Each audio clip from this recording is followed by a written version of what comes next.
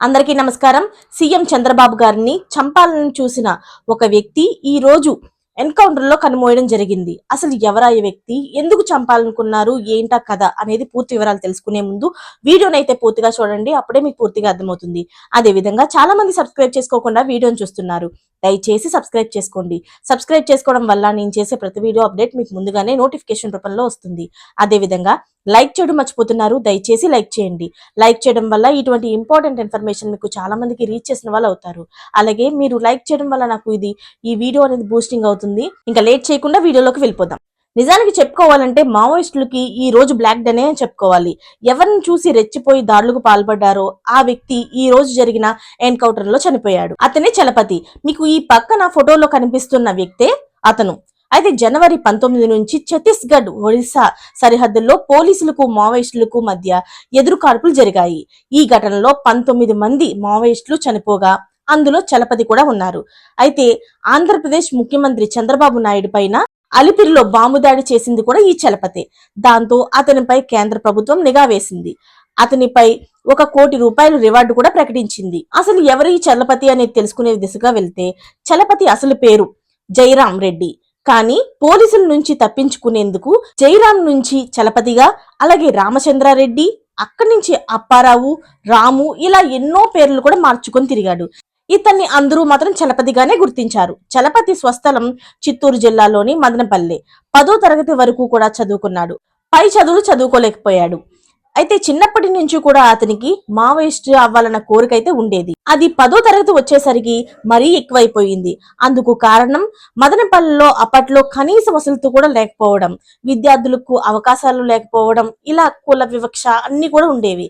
అలా మావోయిస్ట్ గా మారిన చలపతి తన చాకచక్య ధోరణి, నేతృత్వ లక్షణాలతో సెంట్రల్ కమిటీ అభ్యర్థిగా మారాడు. ఏ ప్రాంతం మీదైతే ప్రభుత్వం చిన్నచూపు చూసిందో అక్కడికి ప్రజలకే ప్రభుత్వం నుంచి అందాల్సినవన్నీ కూడా అందకుండా అన్యాయం జరుగుతుందో ఆ ప్రాంతంలో చలపతి ప్లాన్ వేసి దాడులకు పాల్పడ్డాడు. చలపతి చెప్తే జీహుజూర్ అనాల్సిందే.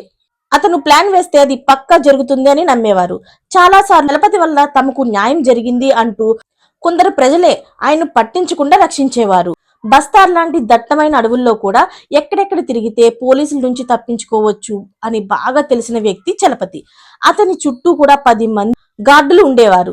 వారి చేతుల్లో AK-47 అలాగే SLR తుపాకీలు ఉండేవి.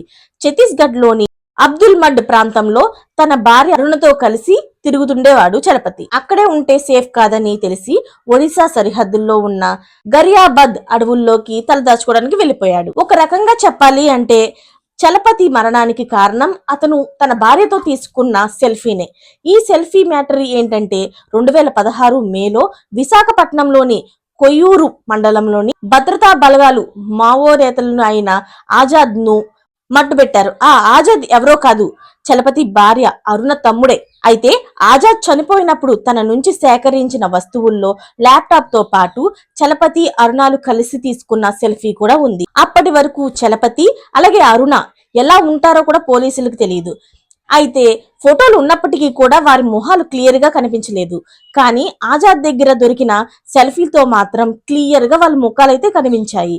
అప్పటి నుంచి చలపతిపై మరింత ఫోకస్ పెరిగింది. ఆ ఫోటోలను ప్రింట్ తీయించి అన్ని ప్రాంతాలకి అంటించారు. అతన్ని పట్టిస్తే ₹1 కోటి రివార్డు ఇస్తామని కూడా అన్నారు. చలపతిపై ఇంతటి రివార్డును ప్రకటించడానికి కారణం ఏంటంటే అతను అలిపిరిలోని చంద్రబాబు నాయుడు పైన బాంబు దాడి చేయడమే. 2003లో చంద్రబాబు నాయుడు ఉమ్మడి ఆంధ్రప్రదేశ్ ముఖ్యమంత్రిగా ఉన్నప్పుడు తాను మావోలకు వ్యతిరేకమని, ఏదైనా సూటిగా వచ్చి మాట్లాడే దమ్ముండాలని అనేవారు. దాంతో చలపతి చంద్రబాబును టార్గెట్ చేశారు. మావోయిస్టులకి వ్యతిరేకంగా గ్రే హ్యాండ్ బలగాలను కూడా రంగంలోకి దింపడంతో చలపతి పగపెట్టుకున్నాడు.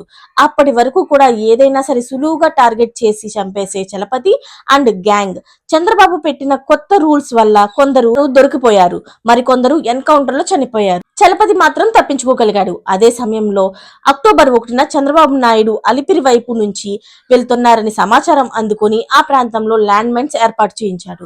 అయితే చంద్రబాబు ప్రయాణిస్తున్న కారుతో పాటు మరో 2 కార్లు పేలుడికి గురయ్యాయి. చంద్రబాబు అదృష్టం బాగుండి ఆయన గాయాలతో తప్పించుకున్నారు. అయితే అప్పటి నుంచి కూడా చంద్రబాబుకు కమాండోల ద్వారా భద్రత కల్పించారు. అయితే తెలుగుదేశం పార్టీకి చెందిన కిడారి సర్వేశ్వరరావు మాజీ తెలుగుదేశం పార్టీ ఎమ్మెల్యే శివారు సోమాలను కూడా చంపింది చలపతి అండ్ గ్యాంగే. 2018లో వారు ఈ హత్యకు పాల్పడ్డారు.